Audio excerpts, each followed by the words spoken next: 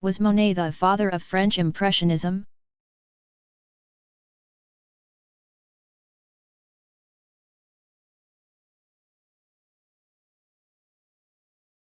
Though the movement was named for one of Claude Monet's, 1840 to 1926, paintings and his water lilies. 1905, are arguably the most well-known and highly acclaimed Impressionist works. Impressionism is actually rooted in the works of the group's spiritual leader, Edouard Manet, 1832 to 1883. Who first began experimenting with color and light to bring a more naturalistic quality to painting. In 1863 Manet exhibited two highly controversial and groundbreaking works. Déjeuner sur l'herbe and Olympia. Both paintings were based on classic subjects. But Manet rendered these pastoral scenes according to his own experience, giving them a decidedly more earthy and blatantly erotic quality than the Parisian critics and academicians of the day could accept. He was roundly criticized for his scandalous exhibition. Nevertheless, Manet persevered, and in 1868, with his portrait of the French writer Émile Zola, he again challenged the art world and its values. A critic for Le National denounced the portrait and cited among his complaints that Zola's trousers were not made of cloth. This, the artists observed, was both truth and revelation. The pants were made of paint. A few years later, in 1870, Manet began experimenting with painting outside, in the brilliance of natural sunlight. Manet pioneered many of the ideas and techniques taken up by the Impressionists.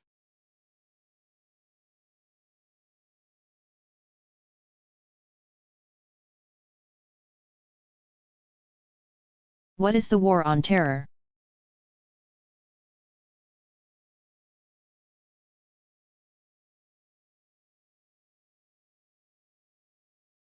In his remarks the evening of September 11, 2001, President George W.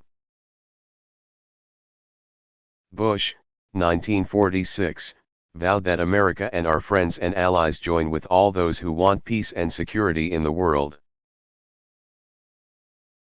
And we stand together to win the war against terrorism.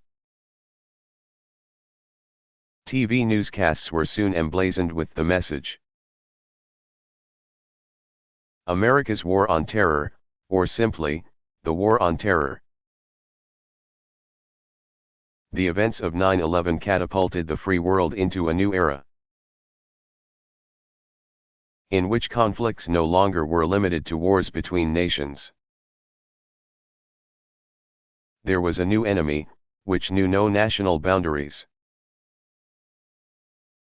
whose army was covert, and which mercilessly targeted civilians.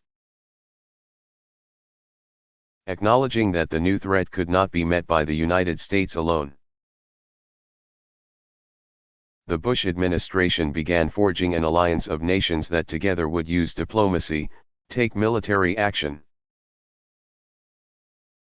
and coordinate intelligence and law enforcement efforts to combat terrorists around the globe. On September 12, 2001, Secretary of State Colin Powell,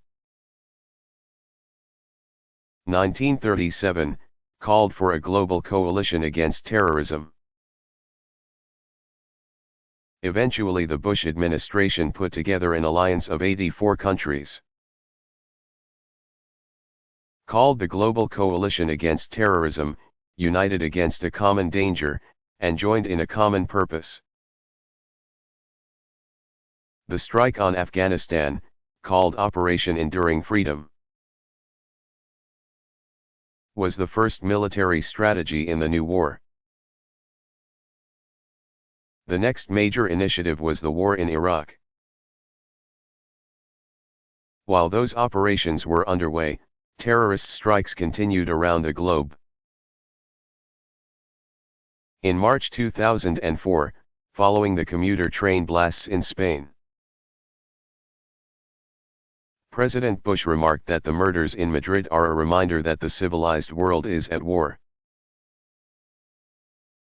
And in this new kind of war, civilians find themselves suddenly on the front lines. In recent years, terrorists have struck from Spain, to Russia, to Israel, to East Africa, to Morocco, to the Philippines, and to the United States. They've targeted Arab states such as Saudi Arabia, Jordan, and Yemen. They've attacked Muslims in Indonesia, Turkey, Pakistan, Iraq, and Afghanistan. No nation or region is exempt from the terrorists' campaign of violence.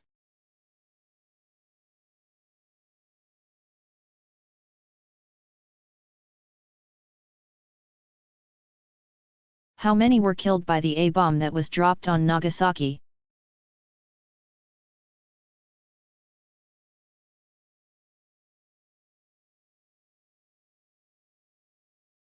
The death toll from the explosion, on August 9, 1945, was about 40,000. But,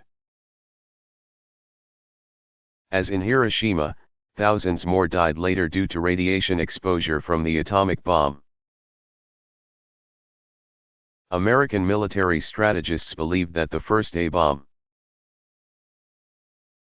on Hiroshima would force Japan's leaders to surrender. But when they did not, the second bomb was dropped on Nagasaki, an important seaport and commercial city. That catastrophic attack on Japan brought an end to the war. On August 14, Japan signed the surrender agreement on September 2 aboard the U.S. battleship Missouri, in Tokyo Bay.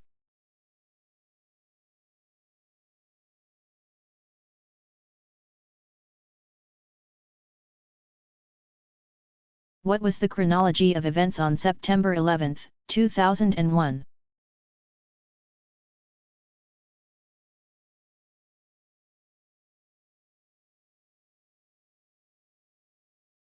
The sequence of events related to the terrorist attacks on September 11 were as follows. All times are Eastern Daylight Time 8:46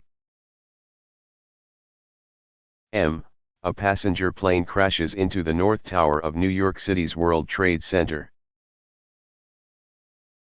At first it is assumed to be an accident.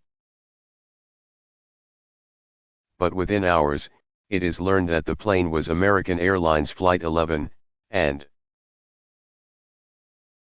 commandeered by hijackers shortly after takeoff from Boston headed to Los Angeles. It carried 81 passengers, including 5 hijackers, and 11 crew members. 9:03 a.m. A second passenger plane slams into the South Tower of the World Trade Center and explodes. United Airlines later announces that this was Flight 175, another Boston-Los Angeles plane. It carried 56 passengers, including 5 hijackers, and 9 crew members. Both towers of the World Trade Center are in flames. 9:21 a.m. Bridges and tunnels leading into New York City are closed. Within the hour, Mayor Rudolph Giuliani, 1944, orders an evacuation of Manhattan south of Canal Street. 9:25 a.m. All flights in the United States are grounded. It is the first time in history that the Federal Airlines Administration, FAA, halts all flights. 9:30 a.m. President George W. Bush, 1946, scheduled to speak at a grade school in Sarasota, Florida, remarks that the nation has been the target of an apparent terrorist attack. 9:45 a.m. A third passenger plane crashes into the east wall of the Pentagon in Arlington, Virginia. The plane was American Airlines Flight 77, carrying 58 passengers, including 5 hijackers and 6 crew members. It originated at Washington, D.C.'s Dulles International Airport and was headed to Los Angeles. After being hijacked, the plane made a U-turn over the Ohio-Kentucky border to return to the Washington, D.C. area, where it hit its intended target. 9:45 a.m. The White House is evacuated. 10:05 a.m., the South Tower of the World Trade Center collapses. 10:10 a.m. A large section of the Pentagon collapses. 10:10 a.m., a fourth passenger plane crashes in a field in Somerset County, in southwestern Pennsylvania, outside of Pittsburgh. It was United Airlines Flight 93, originating in Newark, New Jersey, and bound for San Francisco. After being hijacked, the plane made a U-turn over Ohio and was headed for a target in Washington, D.C., later thought to be Camp David, the White House, or the U.S. Capitol building. After learning via cell phones of the other hijackings, a group of passengers stormed the cockpit in an effort to take the plane, which crashed in the countryside. The plane carried 37 passengers, including 4 hijackers, and a crew of 7. There were no survivors. 10:24 a.m. The FAA reports that it has diverted all incoming transatlantic flights to Canada. 10:28 a.m. The North Tower of the World Trade Center falls. The collapse of each tower blankets lower Manhattan in smoke and ash, turning the brilliantly sunny day to darkness. 10:45 a.m., all federal office buildings in the nation's capital are evacuated. 2 p.m. Senior FBI sources reveal to the media that they are working under the assumption that the 4 airplanes that crashed were part of a terrorist attack. The FBI later learns the identities of all 19 hijackers. There were 5 on board each plane, except Flight 93, which had 4. 4 p.m., media reports indicate that U.S. officials have credible evidence tying the morning's attacks to Saudi militant Osama bin Laden, 1957, 5:20 p.m. Building 7, a 47-story structure, of the World Trade Center complex collapses. Nearby buildings are in flames.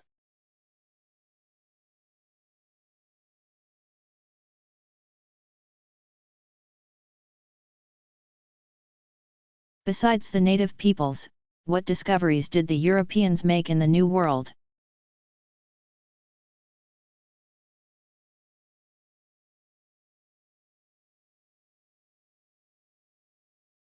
The new lands of the Western Hemisphere yielded many plants unknown in Europe. On Christopher Columbus's first voyage in 1492 he became the first European to discover maize, corn, sweet potatoes, capsicums, peppers, plantains, and pineapples. Subsequent expeditions found potatoes, wild rice, squash, tomatoes, cacao, chocolate beans, peanuts, cashews, and tobacco. These plants, many of which had been developed and cultivated by the American Indians, were carried back to Europe, and their cultivation spread to suitable climates throughout the world.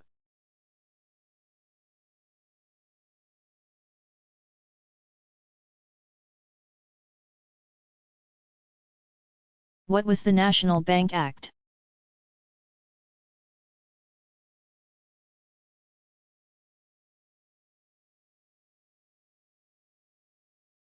The National Bank Act of 1863 was designed to create a national banking system,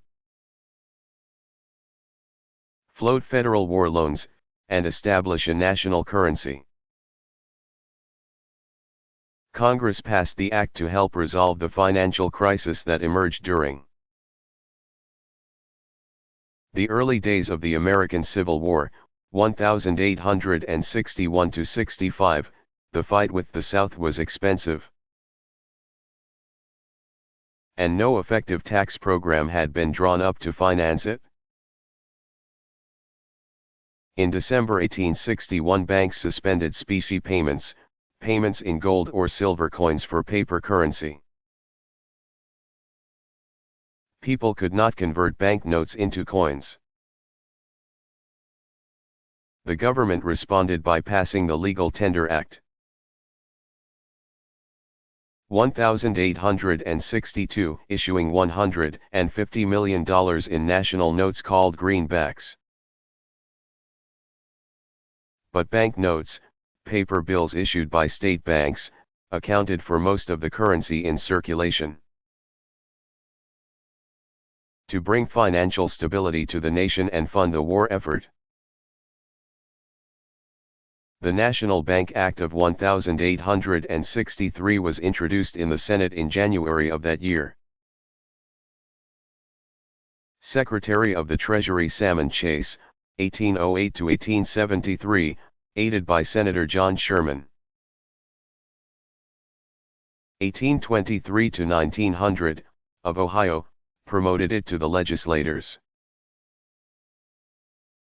The bill was approved in the Senate by a close vote of 23–21. The House passed the legislation in February. National banks organized under the Act were required to purchase government bonds as a condition of startup. As soon as those bonds were deposited with the federal government, the bank could issue its own notes up to 90% of the market value of the bonds on deposit. The National Bank Act improved but did not solve the nation's financial problems. Some of the 1,500 state banks, which had all been issuing banknotes,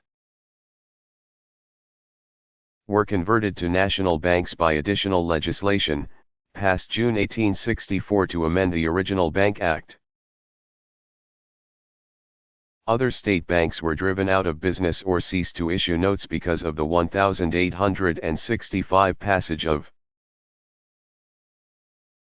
a 10% federal tax on notes they issued, making it unprofitable for them to print their own money. The legislation created $300 million in national currency in the form of notes issued by the national banks. But since most of this money was distributed in the East, the money supply in other parts of the country remained precarious. The West demanded more money, an issue that would dominate American politics in the years after the American Civil War, 1861–65. Nevertheless, the nation's banking system stayed largely the same despite the Panic of 1873 until passage of the Federal Reserve Act in 1913.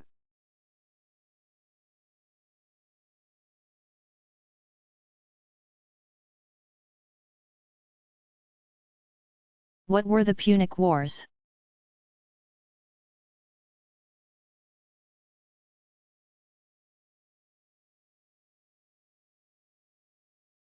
The Punic Wars were three major campaigns that Rome waged to expand its empire. Messina, a present-day province of Sicily, Italy, was the site of the First Punic War, which began in 264 BC when warring factions in the trade and transportation center called for assistance from both Carthage and Rome.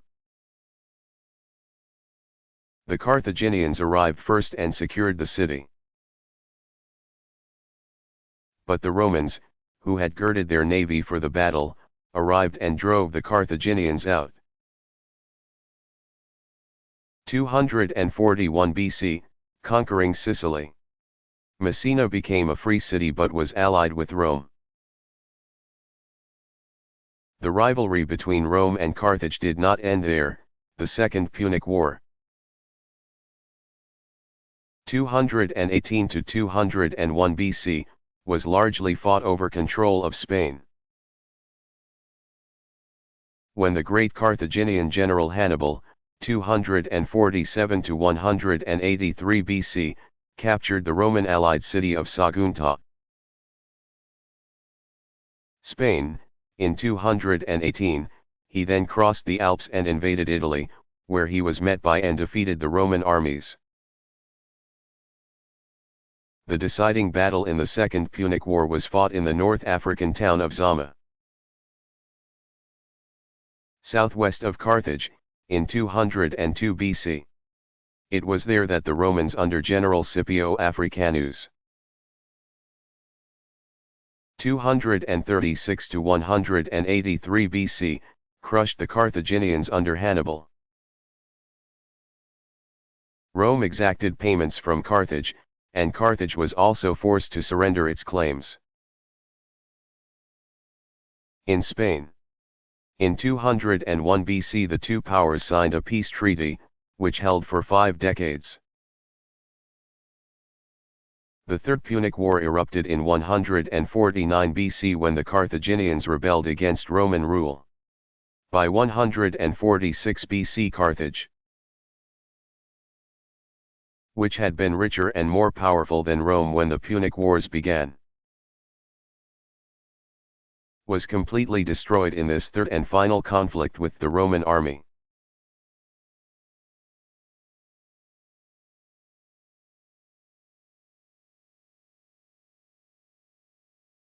What does "Remember the Alamo" mean?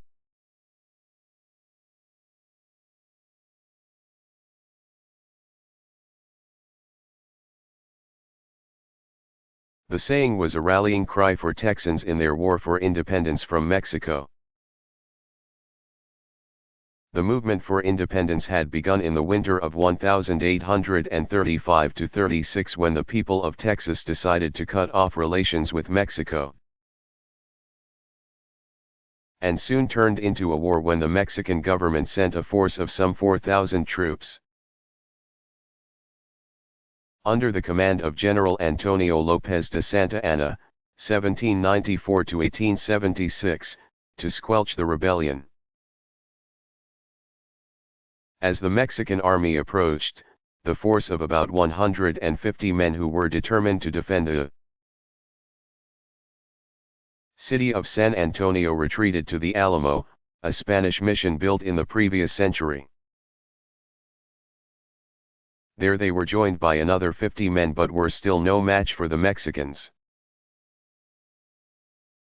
who kept the Alamo under siege for 13 days from February 23 to March 6, 1836. The Texans, low on ammunition, ceased to return fire. On the morning of March 6, Santa Anna's troops seized the Alamo. The fierce frontiersman, Davy Crockett, 1786-1836, among them, are believed to have fought using the butts of their rifles. All the Texans who fought that day at the Alamo died. Meantime, General Sam Houston, 1793-1863, had assembled his forces. and with the rallying cry "Remember the Alamo," and their fellow Texans who had bravely fought and died there.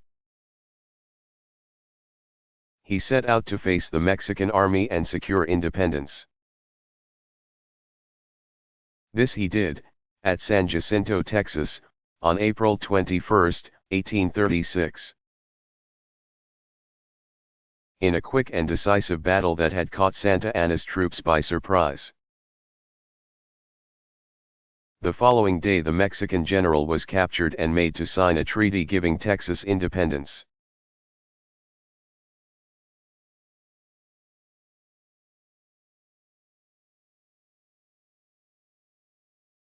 Who invented the hot air balloon?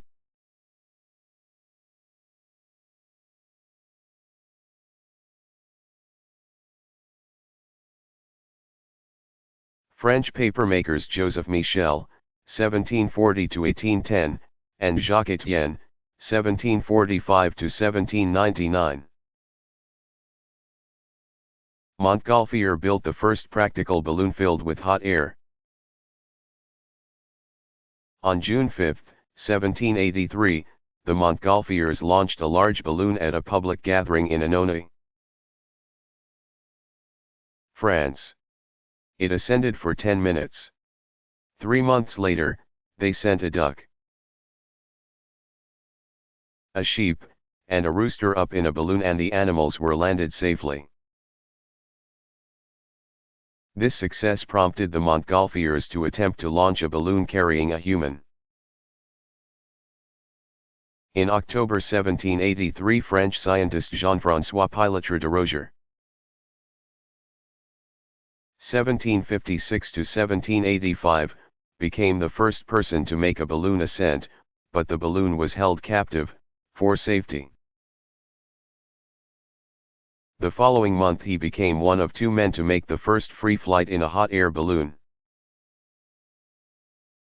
which ascended to a height of about 300 feet over Paris on November 21, 1783. And drifted over the city for about 25 minutes. Hot air ballooning, which proved to be better than the rival hydrogen-filled balloon developed in France at about the same time, became very popular in Europe. In January 1785, hot air balloonists successfully crossed the English Channel. From Dover, England, to Calais, France.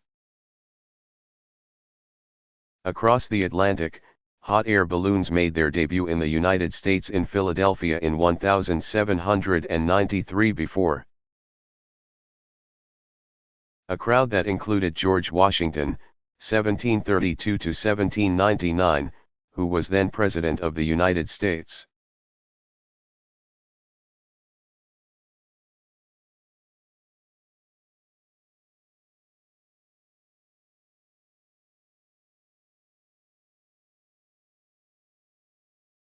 Why did President Lincoln issue the Emancipation Proclamation before the end of the Civil War?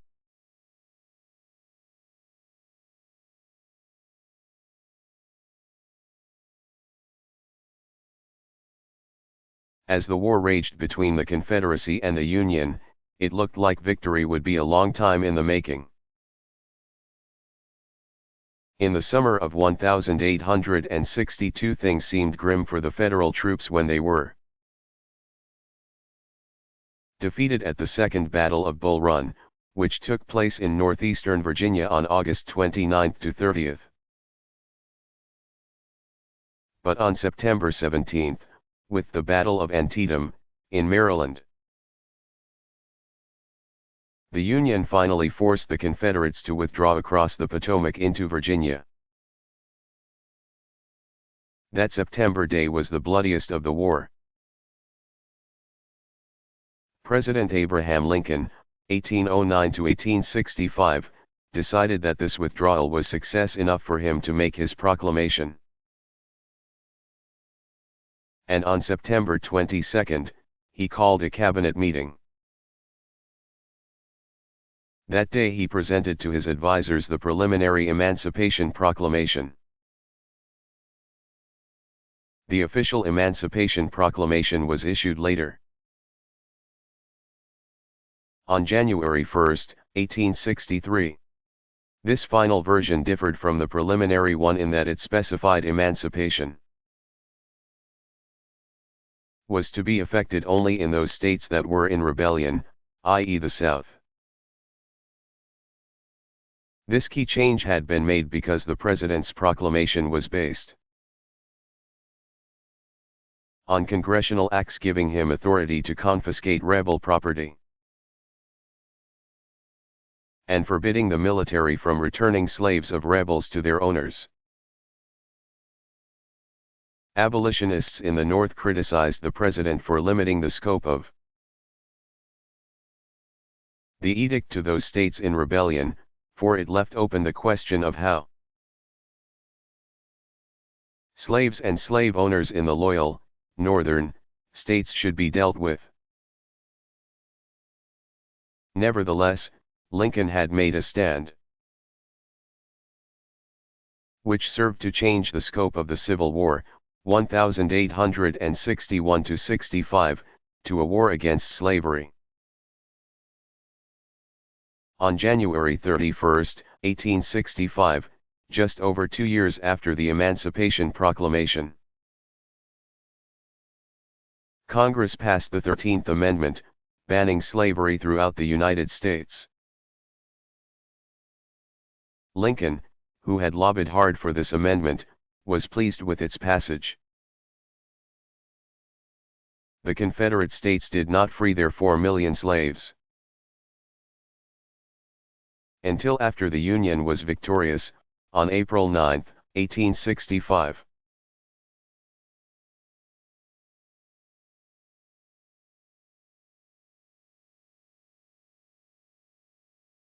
How long have humans been producing art?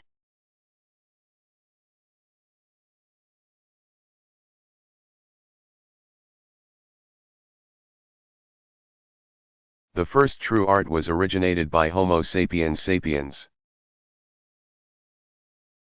called man the double wise, in Europe about 35,000 years ago, during the Stone Age. Man the double wise painted his own handprints, warrior images, and animals, including bison, horses, and reindeer, on the walls and ceilings of uninhabited caves. In France and Spain between 35,000 BC and 8,000 BC. He used red, black, and yellow paints, which were made by mixing powdered earth and rock pigments with water. Among the most famous paintings are those in the caves at Lascaux, in Dordogne, France, Millau, Ariège, France, Pecmerle, Lot, France, Gajola, Castellan, Spain, and Altamira, Cantabria, Spain. These early modern humans who, if dressed in contemporary clothing, would be nearly indistinguishable from anyone on a modern city street, also decorated tools and created lifelike sculptures of animals and women. European man of this period, who had a fully developed human brain, is also referred to as Cro-Magnon man for a shallow rock shelter near Les in the Dordogne region of southwestern France,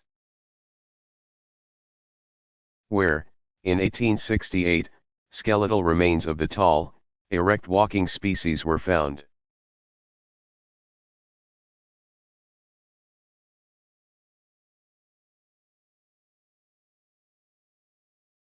How long have trains been in use?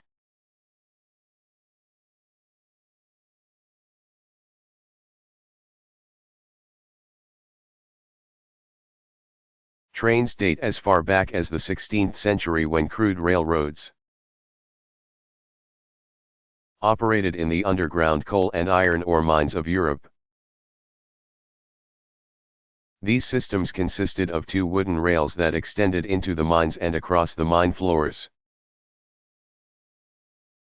Wheeled wagons were pulled along the rails by men or by horses. Early in the 18th century, mining companies expanded on this rail system, bringing it above ground to transport the coal and iron ore. Workers found that they could cover the wooden rails with iron so they wouldn't wear out as quickly.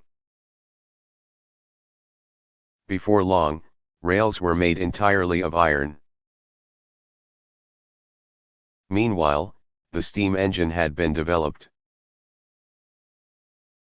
An engineer in the mines of Cornwall, England, Richard Trevithick, 1771 to 1833, constructed a working model of a locomotive engine in 1797. 3 years later, he built the first high-pressure steam engine. He made quick progress from there, building a road carriage, which on Christmas Eve 1801 became the first vehicle to convey passengers by steam. 2 years later, the inventor had built the world's first steam railway locomotive. In 1825, progress in rail transportation was made by another English inventor, George Stephenson, 1781 to 1848, who, after patenting his own locomotive engine, 1815, finished construction on the world's first public railroad. The train ran a distance of about 20 miles, conveying passengers from Stockton to Darlington, England. In 1830, Stephenson completed a line between Liverpool and Manchester.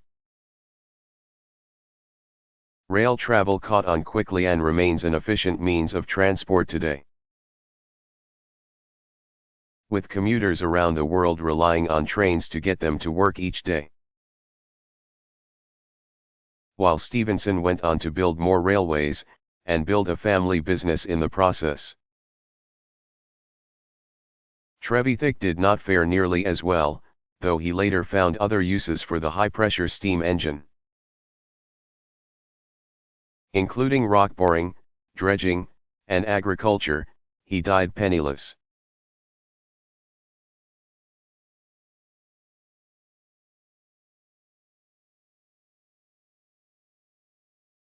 Which Van Eyck, Hubert or Jan painted the Ghent altarpiece?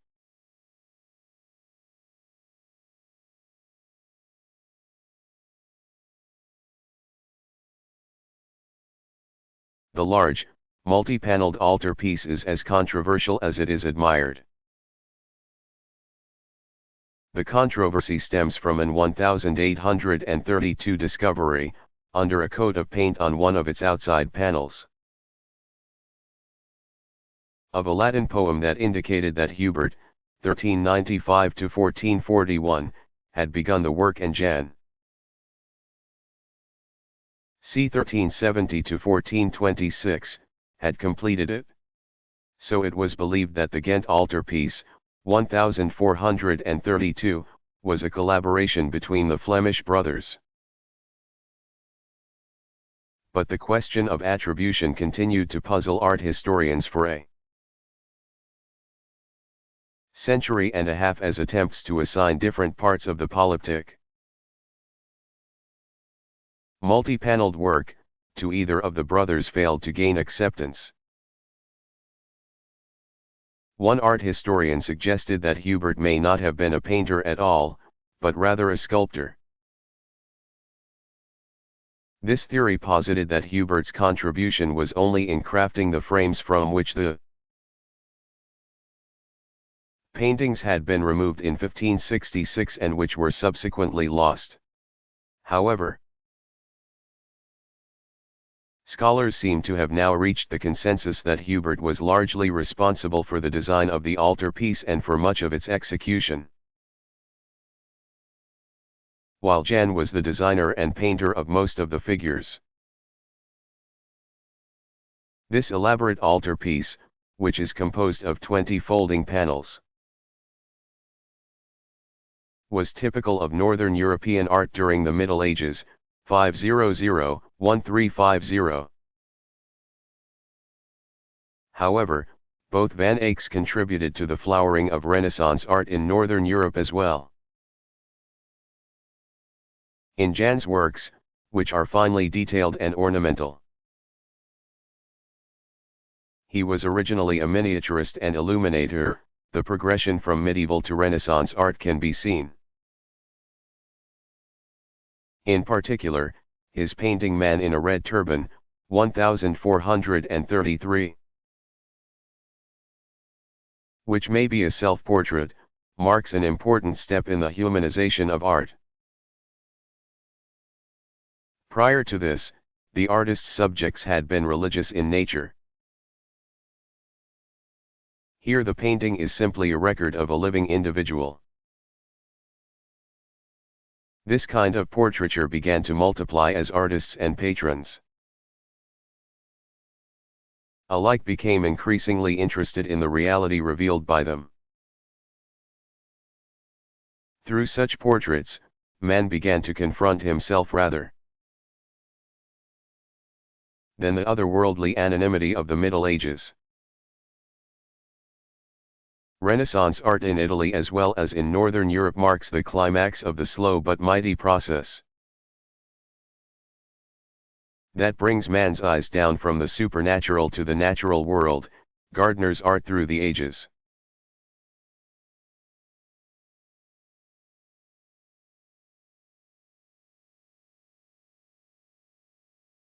What were the results of the Reformation?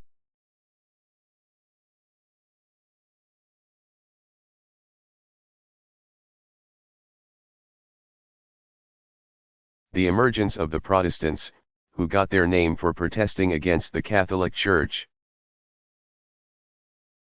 was officially recognized by Holy Roman Emperor Charles V, 1500 to 1558, with the Peace of Augsburg, 1555,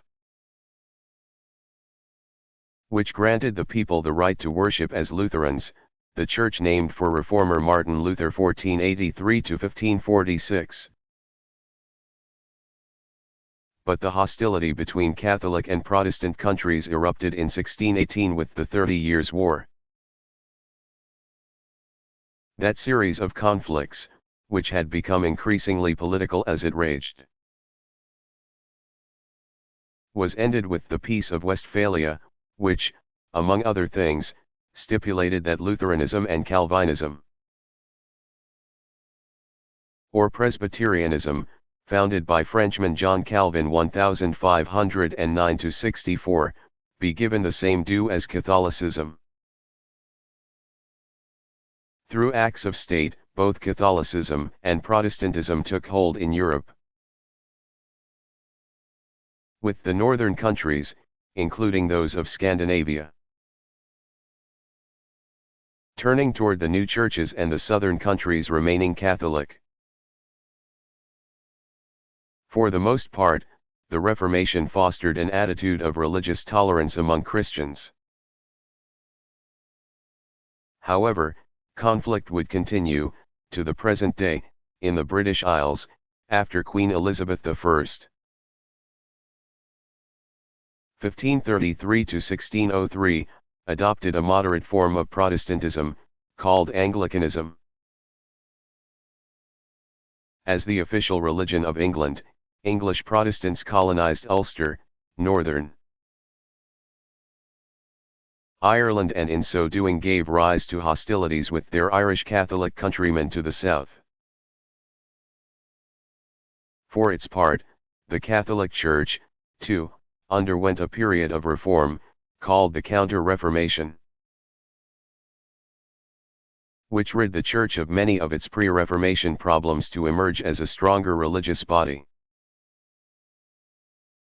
The Reformation had without question brought about greater religious freedom than had been known before.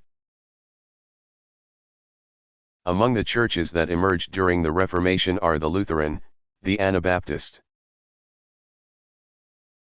ancestors to the Amish and Mennonite churches, the Presbyterian, the Episcopal,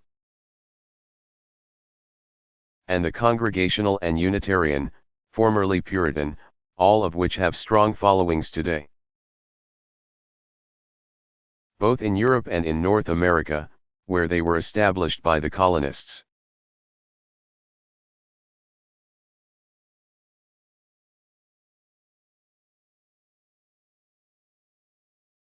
When did the first jet airplane take flight?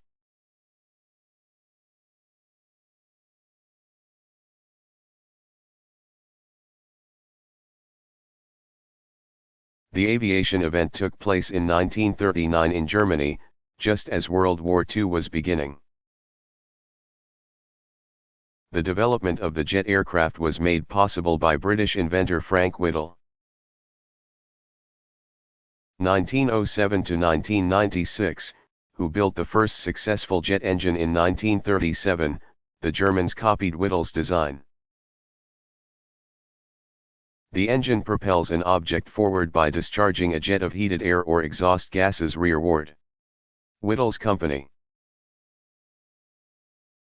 Power Jets Limited, built the engine for Britain's first jet plane in 1941, which became the model for early U.S. jets. During World War II, Great Britain, the United States, and Germany all employ jets, though in limited numbers, in their military operations. After the war ended, 1945, aircraft manufacturers began developing jet airliners. The innovator in the field was the de Havilland Aircraft Company, founded 1920, which produced the Comet, the first commercial jet. The aircraft was used by British Overseas Airways Corporation, now British Airways, which in 1952 initiated passenger flights. But flaws in the Comet's structure were later discovered to be the cause of several mid-air explosions. The craft was redesigned, and in 1958 British Airways launched transatlantic passenger service using the improved Comets. U.S. jet airplane passenger service was introduced by American Airlines in 1959. The airline used the Boeing Company's 707 to transport passengers from New York City to Los Angeles.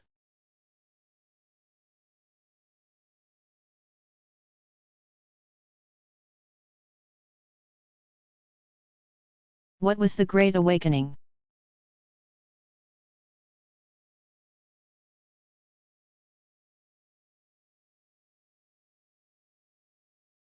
The Great Awakening was an American religious movement that began in New England in the mid-1730s. At its center were the fire and brimstone sermons delivered by charismatic preachers such as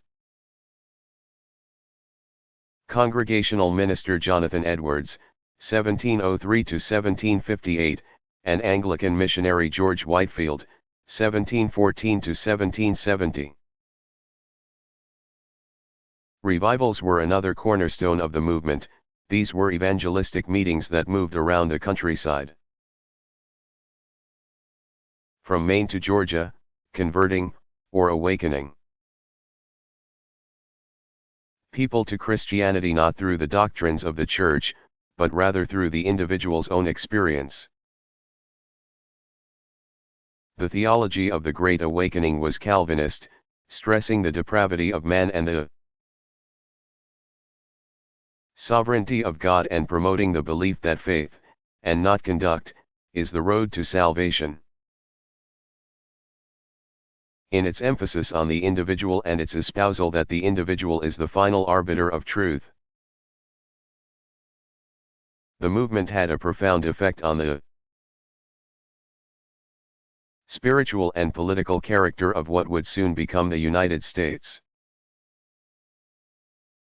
Since many vehemently opposed the movement, it also served to divide churches between the revivalists and the traditionalists. Thus, it diversified American religious life and promoted religious tolerance.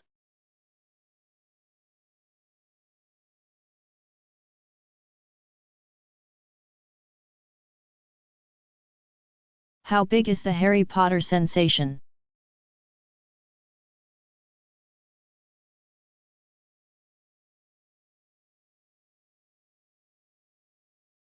British author J.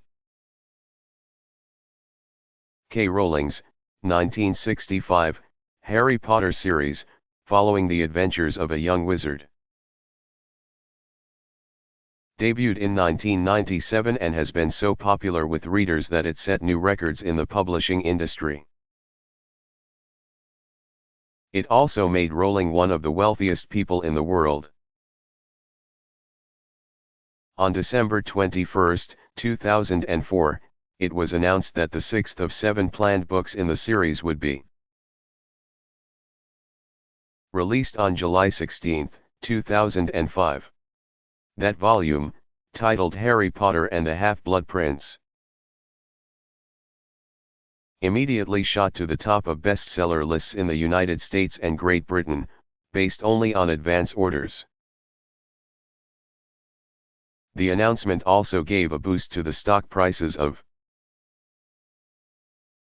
Rowling's UK and US publishers as well as major book retailers.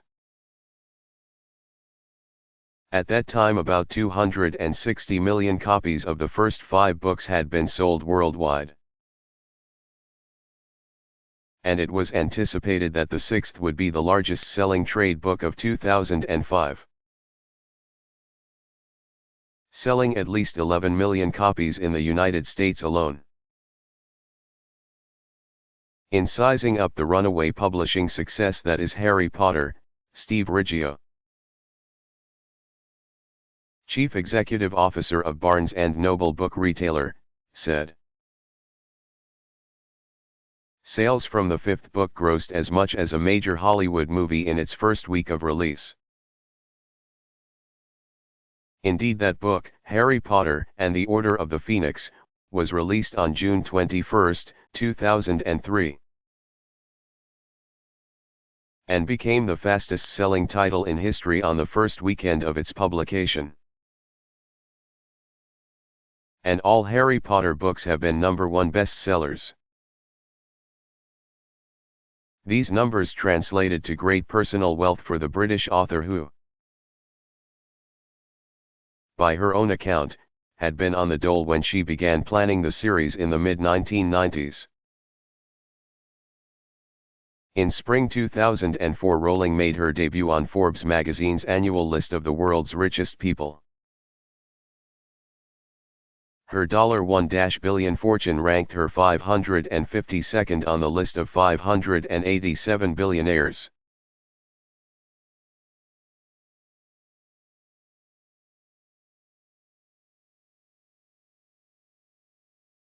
Who invented the assembly line?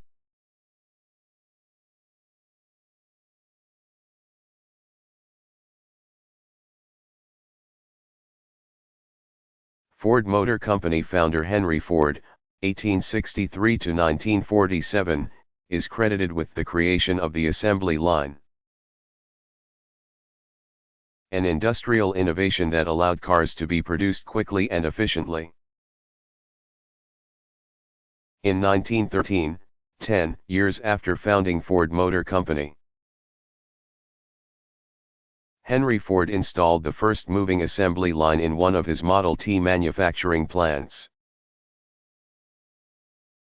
The innovation proved to be the beginning of the consumer age. The assembly line allowed greater efficiencies in auto production, which, in turn, reduced the price of a quality car, putting it in reach of the ordinary person. Soon, manufactured goods of every variety would be mass-produced.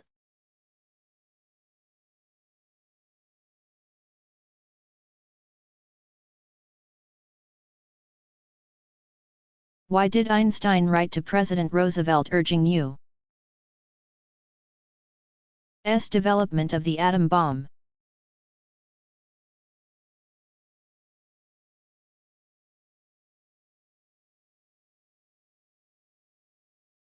Albert Einstein, who was born in Germany in 1879 and was educated in Switzerland, where he also became a naturalized citizen, was an ardent pacifist. But, being a brilliant observer, he quickly perceived the threat posed by Nazi Germany. Einstein was visiting England in 1933 when the Nazis confiscated his property in Berlin and deprived him of his German citizenship. Some might call it lucky that the Nobel Prize-winning, 1921, scientist was out of the country. When this happened in the coming years, other Jews certainly suffered worse fates as Nazi Germany. Under despotic ruler Adolf Hitler, 1889 to 1945, persecuted and killed more than 6 million Jews. Einstein moved to the United States, where he took a position at the Institute for Advanced Study in Princeton, New Jersey. There he settled and later became an American citizen, 1940. In August 1939, just before Adolf Hitler's German troops invaded Poland and began World War II. 1939-45, Einstein wrote a letter to President Franklin D. Roosevelt, 1882-1945, urging him to launch a government program to study nuclear energy. He further advocated the United States build an atomic bomb, cautioning that such an effort might already be underway in Germany. The United States did in fact begin development of the atomic bomb, which releases nuclear energy by splitting heavy atomic particles. The program was called the Manhattan Project, and it was centered at Oak Ridge, Tennessee, and Hanford, Washington, where scientists worked to obtain sufficient amounts of plutonium and uranium to make the bombs. The bombs themselves were developed in a laboratory in Los Alamos, New Mexico. The project was funded by the government to the tune of $2 billion. The first atomic device, made of plutonium, was tested in Alamogordo, New Mexico. On July 16, 1945. And less than a month later the United States dropped atomic bombs on Hiroshima, August 6, and Nagasaki, August 9, Japan, forcing the Japanese to surrender. After the war, Einstein, who was always interested in world and human affairs, and had regretted the death and destruction in Japan, advocated a system of world law that he believed could prevent war in the atomic, or nuclear, age. A Zionist Jew, in 1952 he was offered the presidency of the relatively new State of Israel. Founded 1947, but he declined the honor. He died in New Jersey in 1955.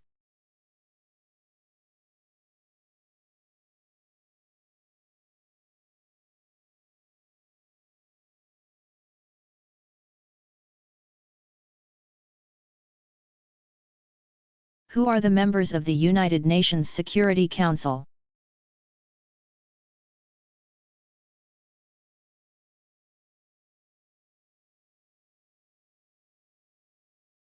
According to the UN Charter, the Security Council has 15 members. 5 permanent and 10 that are elected by the General Assembly for 2-year terms. The permanent members are China, France, the Russian Federation, the United Kingdom, and the United States. The 10 temporary slots are elected annually, 5 nations at a time. So that on January 1, 2004, the following nations began 2-year memberships: Algeria, Benin, Brazil, the Philippines, and Romania. On January 1, 2005, Argentina, Denmark, Greece, Japan, and the United Republic of Tanzania began 2-year memberships. In 2005, Japan, Germany, India, and Brazil made bids for permanent seats on the Council.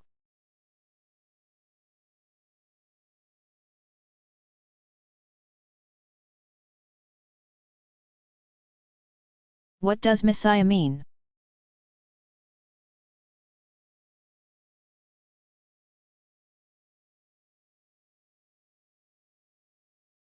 Messiah is the Hebrew word for anointed one. In the broadest sense, a Messiah is the professed or accepted leader of some hope or cause. Jesus is believed by Christians to be the Messiah whose arrival was foretold by the Hebrew prophets in the Old Testament. For example, in Isaiah 9:6, it states that a child will be born among the people. A son is given to us, he will bear the symbol of dominion, and his title will be Wonderful Counselor,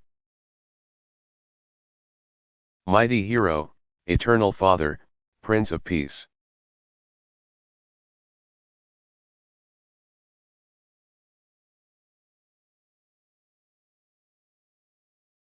How much damage was done by the Great Fire of London?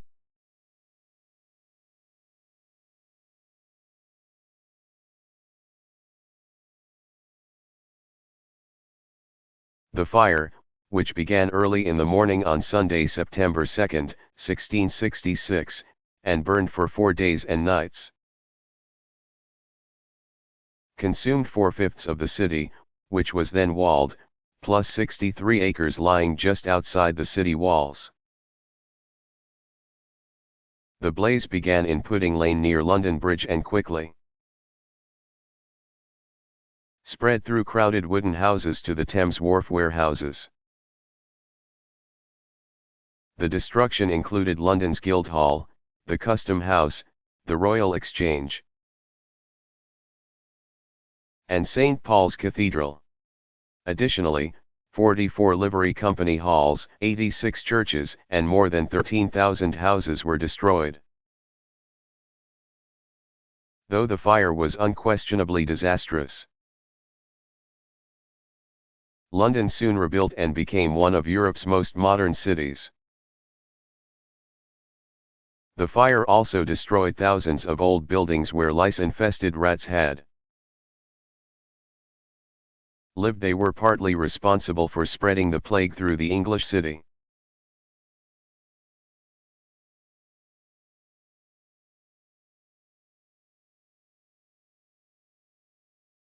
What is a Horatio Alger story?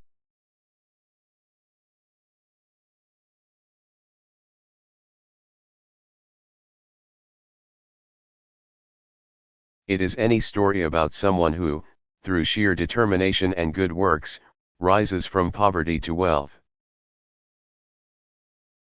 During the second half of the 1800s, novels by American clergyman and author Horatio Alger Jr. (1832 to 1899) were extremely popular. He wrote more than 100 books, including the Luck and Pluck and the Tattered Tom series. All of the stories center on a boy from inauspicious beginnings who, through hard work, clean living, and a little bit of luck, becomes successful. Alger's real-life experience working with orphans and runaways in New York City provided the foundation for his works, which inspired countless readers and fed into the American dream that the United States is a land ripe with possibility. Though dead for more than a century, Alger's name lives on. Many Americans still describe an honorable person's rise from rags to riches as a real Horatio Alger story.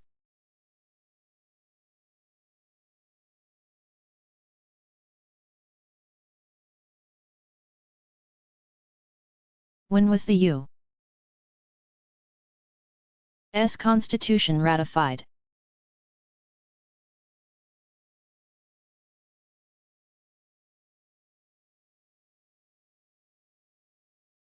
The Constitution was ratified by the required 9 states by June 21, 1788. It went into effect the following year, superseding the Articles of Confederation, 1781.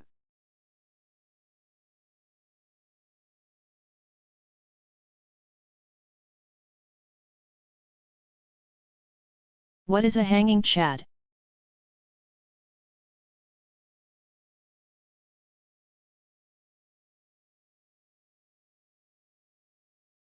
A hanging chad, also called a bulging chad or a pregnant chad,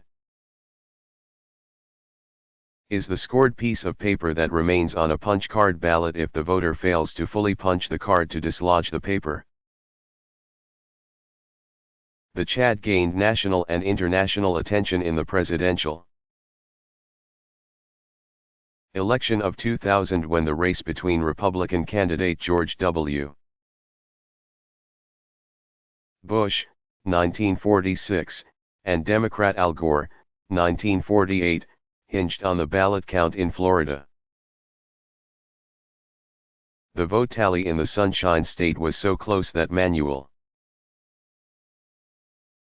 counting took place in the days following the November 7 election. News photos showed counters holding punch card ballots up to the light to try to determine if a voter had meant to poke a chad through, thereby indicating a vote. But Florida was not the first state where a disputed election came down to ballot inspection to try to determine voter intent. In 1996, a Democratic primary for a House seat in Massachusetts was settled by carefully inspecting ballots and counting those that were merely dimpled by the voter. In support of its decision to scrutinize ballots to determine voter intent, the Massachusetts Supreme Court stated, if the intent of the voter can be determined with reasonable certainty from an inspection of the ballot, effect must be given to that intent and the vote counted. The conclusion was that a voter should not be disqualified for failing to completely express his or her intent. A 1990 case in Illinois and a 1981 case in Indiana also ruled in favor of examining ballots to try to determine what the voter meant to do. In all cases, ballots where no clear intent could be determined were set aside.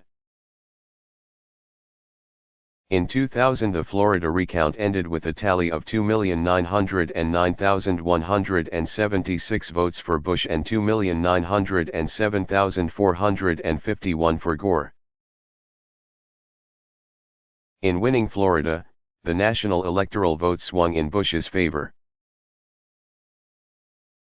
Though Gore won the popular vote with a national total of 51,003,894 votes to Bush's 50,459,211. Bush managed to carry the Electoral College.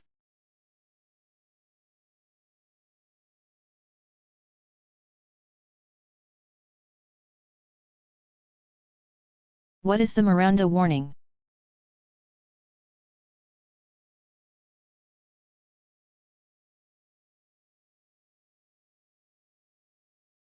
Familiar to many Americans from TV police dramas.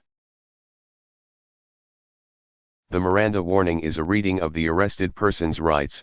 You have a right to remain silent. Anything you say can and will be used against you in a court.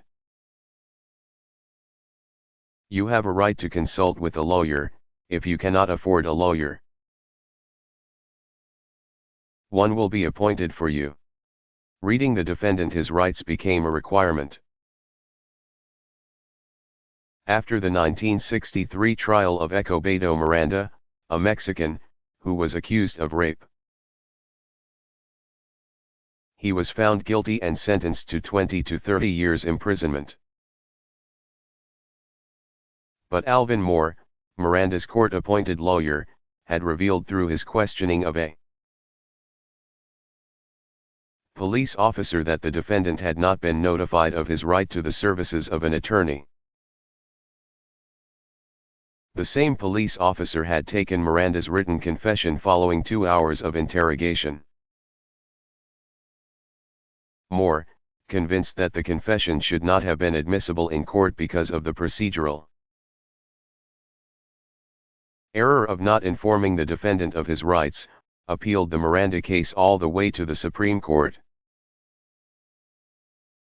On June 13, 1966, the High Court ruled, in a 5-4 decision, that Moore was right. Chief Justice Earl Warren, 1891–1974, reasserted that prior to any questioning a person must be warned that he has a right to remain silent. That any statement he does make may be used as evidence against him, and that he has the right to an attorney. Miranda's first trial was thrown out, and in 1967 he again stood trial in Arizona. But the prosecution secured new evidence. The testimonial of his estranged girlfriend that Miranda had confessed to her the rape he was charged with. He was convicted and again sentenced to 20 to 30 years in prison. Released on parole, Miranda died in a bar fight in January 1976. But police officers, the courts, and defendants still remember the importance of the case even if they can't recall Miranda's name or crime. Why is the ruling in Roe v.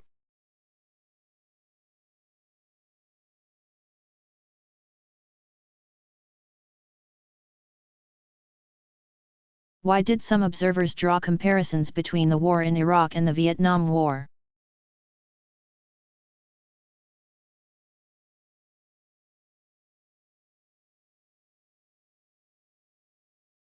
Critics of the U.S.-led war in Iraq found several similarities to American military involvement in Vietnam. Both conflicts seemed to many people to be without ample cause. Critics of the U.S.-led invasion of Iraq charged that there was no compelling reason for Americans to go to war in the Middle Eastern nation. They called the operation hawkish, saying it was an unwarranted expansion of the war on terror. These arguments were strengthened when no weapons of mass destruction were found in Iraq. Media images of protests against the invasion of Iraq harkened back to the anti-war demonstrations of the Vietnam era. And, like Vietnam, there seemed to be no clear exit strategy for the U.S. military from Iraq. These were extended operations, or wars without end. Some observers also drew comparisons between Vietnam's My Lai massacre and the Abu Ghraib prison scandal in Iraq. They pointed to military spokespersons who categorized the atrocities as isolated events, unrepresentative of American military policy.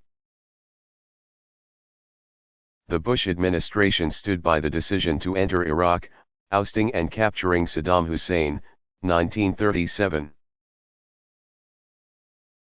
Saying it was a rogue state led by a despotic ruler who had the capability of aiding terrorist groups. The controversy over Iraq continued long after President George W. Bush, 1946, declared the end to major combat operations, as the casualty count climbed, the result of Continued coalition fighting against pockets of resistance and attacks on U.S. installments in the unstable nation. In 2005, as U.S. officials slowly handed over security to Iraqi forces, there was not yet a timetable for U.S. withdrawal. But the newly elected interim president, Kurdish leader Jalal Talabani, vowed that his government would work to provide security so that U.S.-led coalition forces could return home.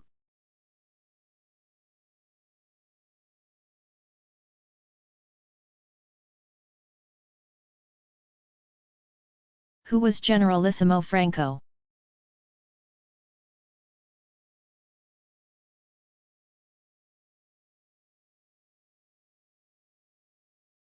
Generalissimo Francisco Franco, 1892–1975, was the fascist leader of Spain from 1939 until 1973.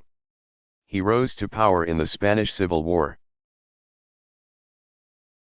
1936–39, as he led a rebel nationalist army against the loyalist forces. Capturing Madrid in 1939, Franco assumed the role of head of government. Though he and the nationalists had received considerable help from Nazi Germany and Fascist Italy to win the Civil War, when fighting broke out in World War II. 1939–45, Spain stayed neutral, at least nominally so. In 1947, with the fighting in Europe over, Franco declared himself monarch of Spain and ruled as an authoritative dictator. 2 years before he died, he stepped down as head of state. Though he retained the title Generalissimo, meaning commander-in-chief, Franco named as his successor Prince Juan Carlos, 1938. When Franco died in 1975, Juan Carlos I became the first Spanish monarch to control Spain since his grandfather,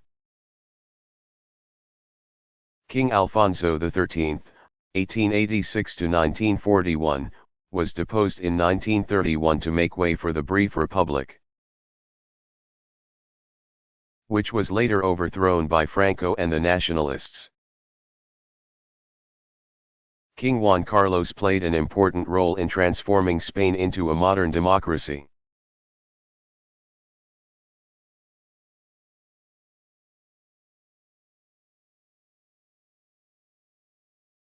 Why was Oppenheimer investigated for disloyalty to the United States?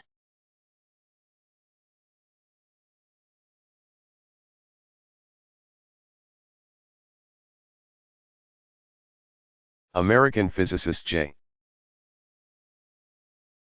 Robert Oppenheimer, 1904–1967, who had directed the Los Alamos, New Mexico laboratory where the first atomic bomb was developed and built, was investigated by the government in 1953 and 1954 because of his opposition to the United States' development of a hydrogen bomb.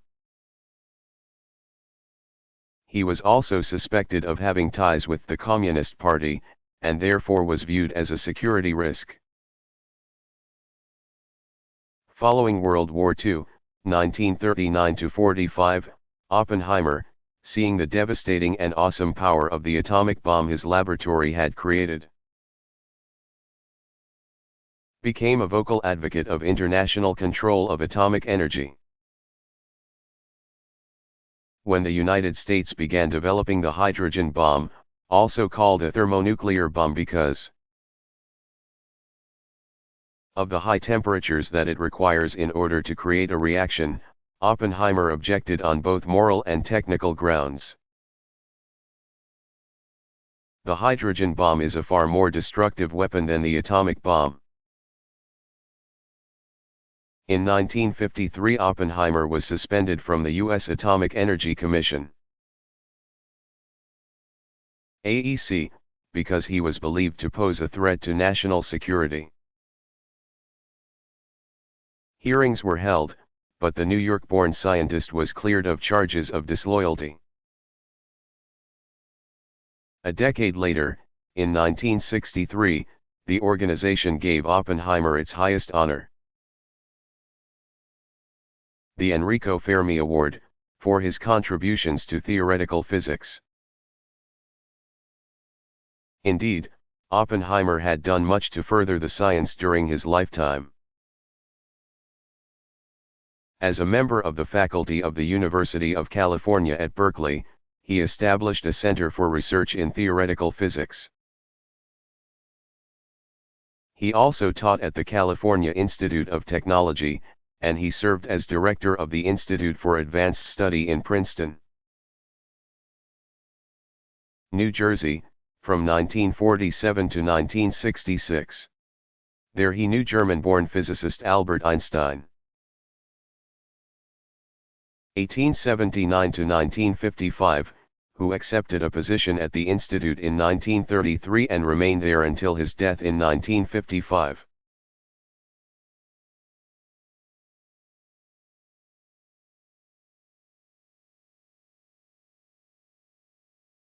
If the Roman Empire was so powerful, how could it have fallen?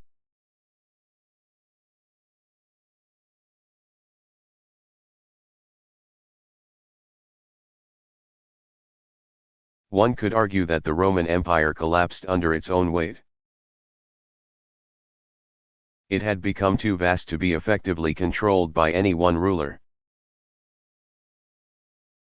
By the close of the Punic Wars in 146 BC, Greece, Macedonia, and the Mediterranean coasts of Spain and Africa had been brought under Roman control. Within a century, Rome again began to expand overseas. Under the Roman general Pompey, 106 to 48 BC. Eastern Asia Minor, Syria, and Judea, Palestine, were conquered. Next, Gaul was conquered by Pompey's rival, Julius Caesar, 100 to 44 BC. Adding the territory west of Europe's Rhine River to the Roman world. In 31 BC, in the Battle of Actium, Octavian 63b.ca.d.14, Julius Caesar's adopted son and heir, defeated the forces of Mark Antony, c. 83 to 30 BC. And Cleopatra, 69 to 30 BC, Queen of Egypt, and in 30 BC Egypt became a Roman province. In 27 BC Octavian became the first Roman emperor and was known as Augustus, meaning exalted.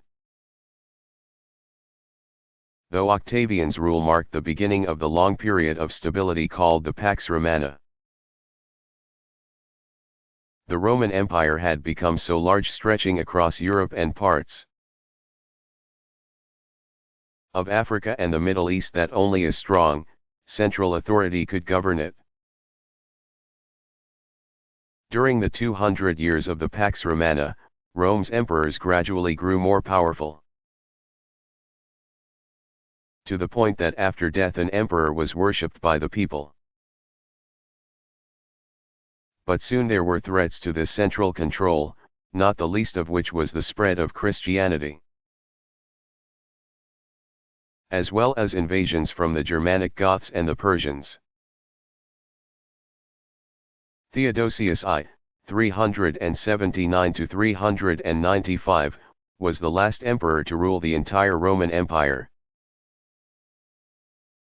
When he died in AD 395, the empire was split into the West Roman Empire and the East Roman Empire,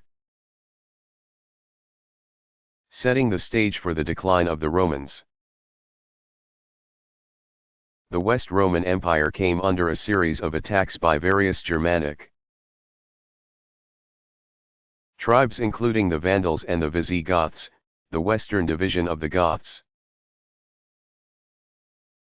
who invaded Spain, Gaul, in Western Europe, and Northern Africa. These assaults eventually led to the disintegration of the West Roman Empire by 476. The East Roman Empire remained more or less intact, but it became known as the Byzantine Empire, and was predominantly a Greek-oriented culture from 476 until 1453, when it fell to the Turks.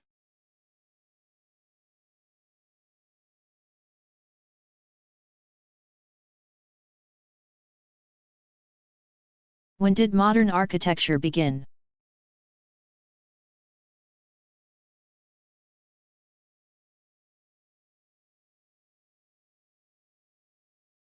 The term modern architecture is used to refer to the architecture that turned away from past historical designs in favor of designs that are expressive of their own time. As such, it had its beginnings in the late 19th century when architects began reacting to the eclecticism that was prevalent at the time. Two schools emerged, Art Nouveau and the Chicago School. Art Nouveau, which had begun about 1890, held sway in Europe for some 20 years, and was evident not only in architecture and interiors, but in furniture, jewelry, typography, sculpture, painting, and other fine and applied arts. Its proponents included Belgian architects Victor Horta (1861–1947) and Henry van de Velde (1863–1957), and Spaniard Antonio Gaudí (1852–1926). But it was the Chicago School that, in the rebuilding days after the Great Chicago Fire, 1871, created an entirely new form. American engineer and architect William L. E. Baron Jenney, 1832–1907, led the way. 4 of the 5 younger architects who followed him had at one time worked in Jenney's office. Louis Henry Sullivan, 1856–1924, Martin Roche, 1855–1927. William Holabird, 1854–1923, and Daniel Hudson Burnham, 1846–1912. Burnham was joined by another architect, John Wellborn Root, 1850–1891. Together these men established solid principles for the design of modern buildings and skyscrapers where form followed function. Ornament was used sparingly, and the architects fully utilized iron, steel, and glass. By the 1920s modern architecture had taken firm hold, and in the mid-20th century it was furthered by the works of Walter Adolphe Gropius, 1883–1969, L. E. Corbusier, Charles-Édouard Jeanneret, 1887–1965, Ludwig Mies van der Rohe, 1886–1969, and Frank Lloyd Wright, 1867–1959. For practical purposes, modern architecture ended in the 1960s with the deaths of the aforementioned masters. Examples of modern architecture include Chicago's Monadnock Building, 1891, Reliance Building, 1895. Carson Pirie Scott Store, 1904, and Roby House, 1909, New York City's Rockefeller Center, 1940. Lever House, 1952, and C. Graham Building, 1958, as well as Taliesin West, 1938-59, in Arizona. Johnson Wax Company's Research Tower, 1949, in Wisconsin, and the Lovell House, 1929, in Los Angeles.